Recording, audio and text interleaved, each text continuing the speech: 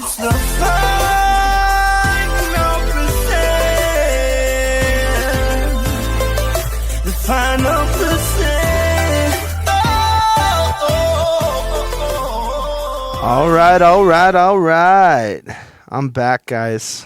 You know, it's interesting how often you tend to say that when you have something like a podcast, because if it's not your main thing, you tend to be there and then you leave and then you're there and then you leave. And, you know, the team, Owen, Sallow, Valfred, they've been working really hard to create content schedules because we're firing the whole TFP machine, the TFP engine back up. And, you know, today I'm going to be super real. I'm probably going to be a little too vulnerable. But, you know, it is what it is. It's interesting to go into a retreat phase so that you can, observe. I've been in a quasi sabbatical since basically the summit.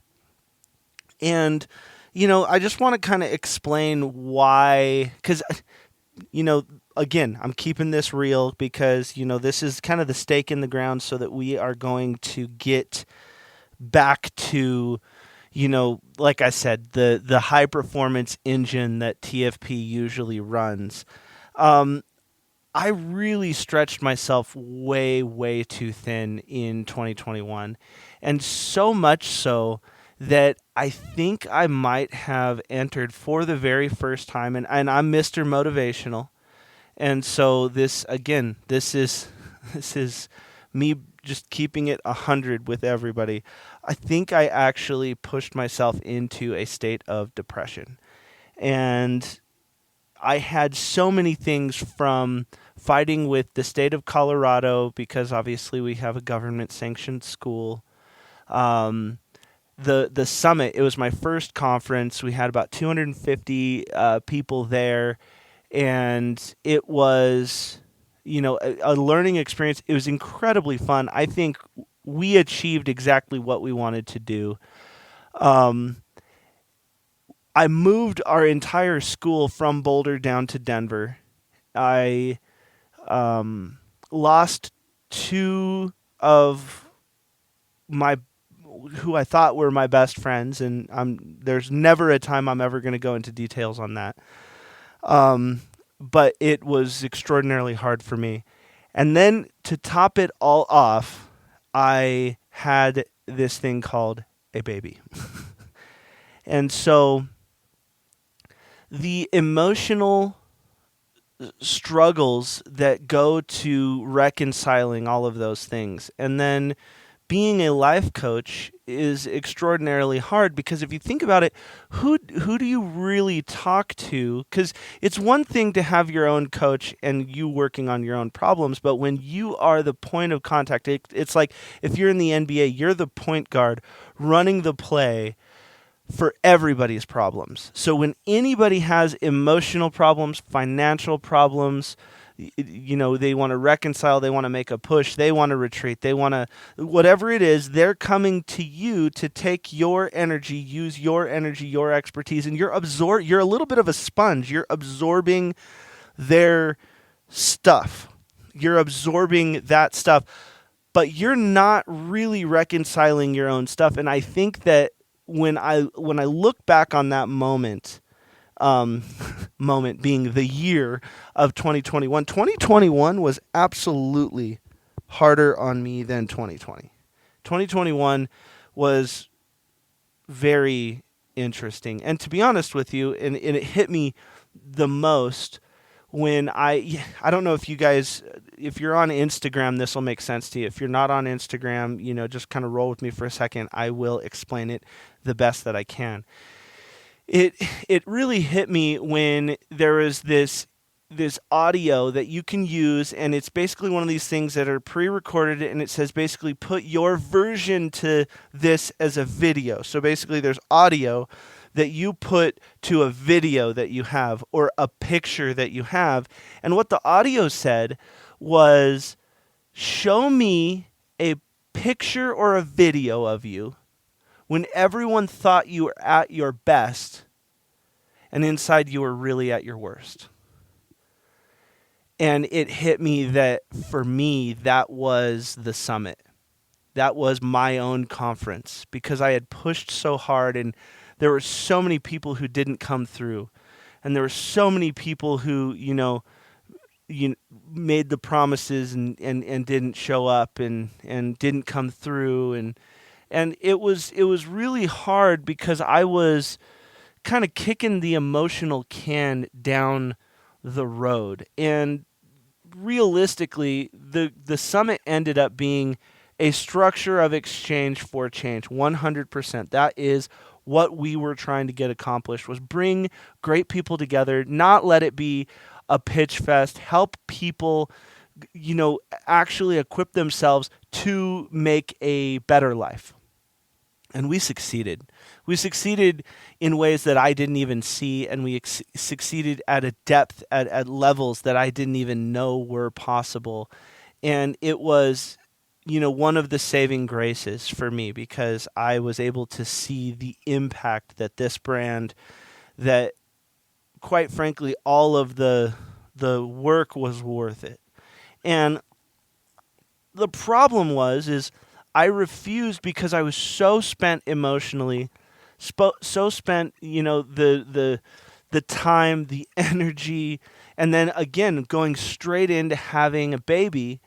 We didn't make a real push. And if you read the book, The Good to Great by Jim Collins, he has a principle in there called the flywheel principle. And he says when you turn that little cog and it turns all of these different things and you get that big cog that starts moving, that's when you really, really want to strike. And we got the cog moving. But then, to be honest with you, I pulled back. And I couldn't figure out why. I couldn't figure out why did I pull back? Why did I didn't care. I mean, there were people were asking me to go speak here, go do this. Can you help me with this? And I mean, I left a ton of money on the table because I was so spent. And it made me realize that I didn't truly understand wealth until I took this time off and just kind of, you haven't really seen me on social media other than pictures of my kid. By the way, being a dad is maybe the best thing on planet Earth. It's really reconnected me to my faith, and I'm not saying that I didn't believe. It's just I didn't have time for it, which is really scary if you think about it. And Kayla and I, 3 years before Conrad finally got here, Kayla and I had a bad miscarriage, and it was just it was devastating.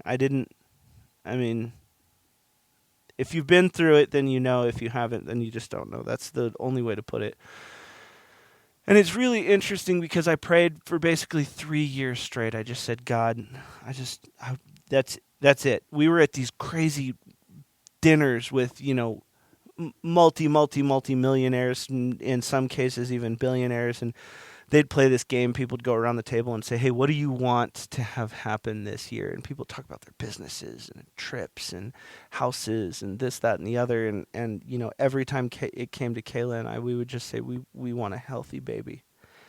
And it's interesting because God answered our prayer, and he showed up in a way. I'm telling you guys, this kid is absolutely magic. He is a blessing beyond blessings. And I think sometimes when you ask for something and you pray for something for so long, and when it finally happens, you tend to forget where it came from. You tend to forget to say thank you for answered prayers. And the thing that really hit me hard is one day I'm just doing dad things. We're changing a diaper, we're doing whatever it is, and he just poops himself. It goes everywhere. And he's still so cute. And he smiles. And then you clean it up and You change the diaper, and then maybe he spits up, and then he smiles, and you've got spit up on you, but you're seeing this, and you're just like, oh my God, I love you so much. And it really, really hit me because, Conrad, my son, has taught me two super duper important lessons. And number one is those moments when he poops himself, when he spits up, when he cries, when he screams bloody murder, when he wakes you up.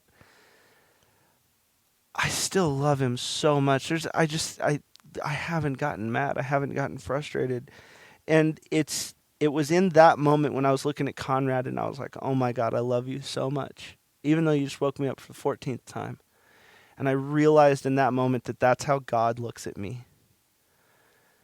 When I'm actively crapping myself, when I'm actively not following his plan, when I'm actively throwing up everywhere, metaphorically, he will still look at me and say, man, I love you so much.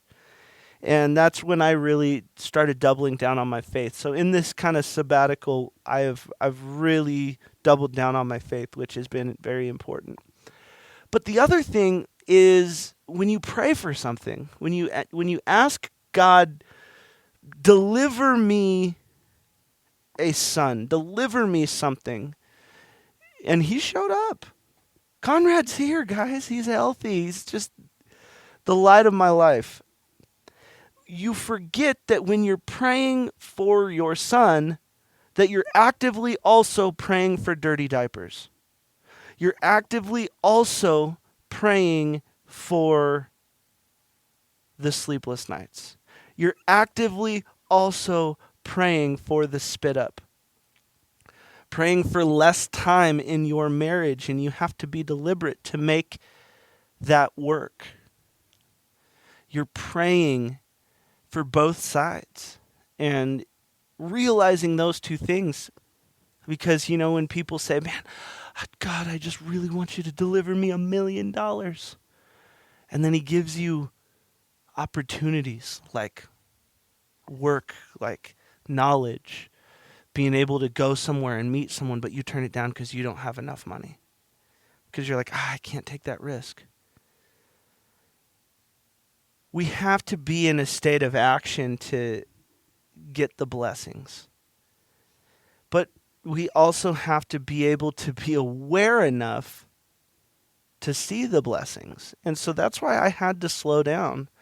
Because I watched this thing happen on church one day, and there was and you've probably seen this on Instagram. I've seen a bunch of people do it, and the pastor's walking on a treadmill, and the treadmill is set to 3 miles an hour, but he's trying to run. He's trying to run as fast as he can, and the treadmill is still going 3 miles an hour.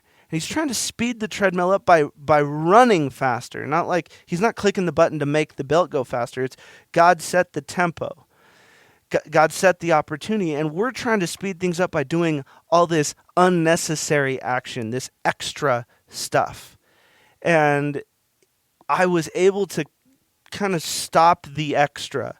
I'm still kind of an extra human, probably always will be. But I was able to really gain a lot of clarity around what I want out of life, who I want to do life with, where I'm going, my non-negotiables in life. And I'm restarting the engine. Like I said, guys, I'm restarting. We're probably not going to get back to full speed until my guess is June 1st. So I'm going to start releasing podcasts. This one's going to go out. We're probably going to release this one same day. I think it's April 28th. And through May, you're going to start seeing hints of what we've been up to behind the scenes and what we've been working on. We have some really incredible things coming out. And it all came out of a time of peace, a time of deliberate intention. And I have to say, I don't know if I would go back to the quote-unquote busy life. So, like I said, this is an update. I just wanted to be candid and, let people know I was I think, I was kind of coming out of depression because I was fighting so many battles. And, I had any one of my battles would really, really mess up most people. I've just, unfortunately, I'm not saying I'm better than anyone. I'm just more conditioned to fight battles. But when I really doubled down on being a great coach, and I started coaching other people, fighting not only my battles but everyone's battles, and then just realizing I didn't want to take home the negativity, I didn't want to this, and so I really had to get deliberate in my life. I had to create boundaries. I had to create, that I will not tolerate this, and I'm better for it. So anyway, we are going to go the final percent.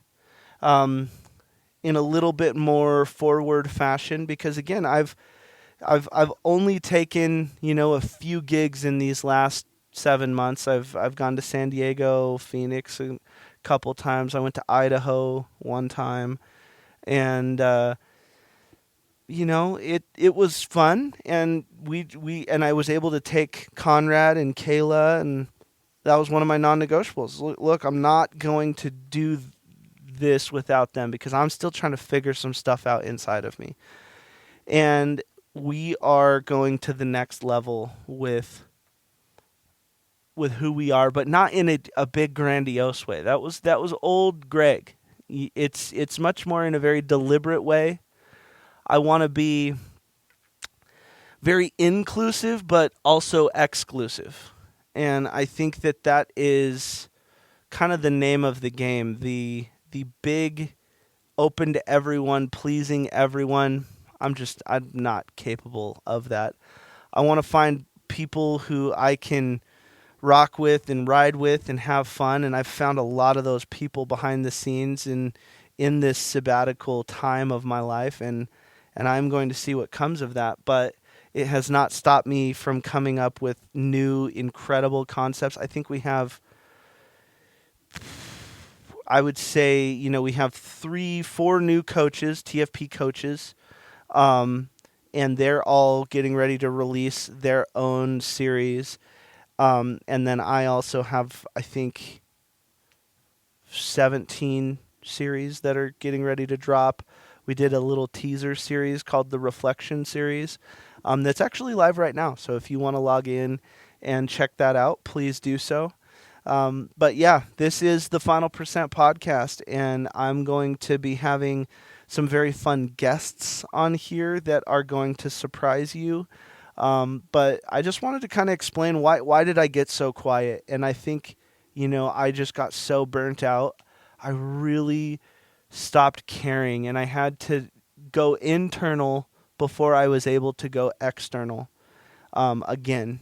And, a lot of people think that I'm this extrovert, and, I can be extra when I have to, but realistically, if you look at who I am, I don't really go out all that much. I don't go to the club. I don't go to events. I'm actually very much an introvert. I have just had to do the extrovert thing, so to drive the engine of what I thought I needed to do.